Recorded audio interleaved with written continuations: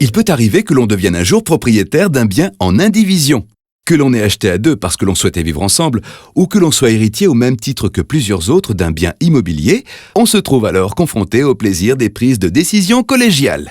Pour Sylvie, tout a commencé comme dans un rêve, quand elle a appris qu'elle héritait d'une tante lointaine un superbe appartement en centre-ville. Malgré une petite déception quand elle a appris qu'il y avait 8 autres héritiers, Sylvie a positivé en imaginant les joyeuses retrouvailles avec tous ses cousins qu'elle avait perdus de vue depuis si longtemps.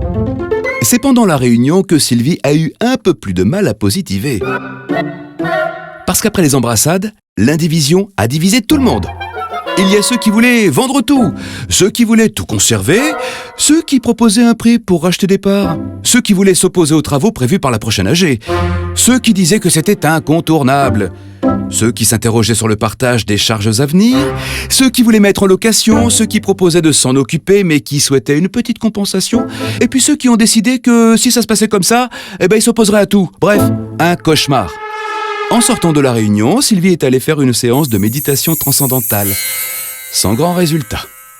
Puis elle a pris rendez-vous avec un notaire pour une consultation. L'effet a été immédiat, Sylvie est redevenue zen. Et vous, en cas d'indivision, c'est notaire ou méditation? C'est vous qui voyez.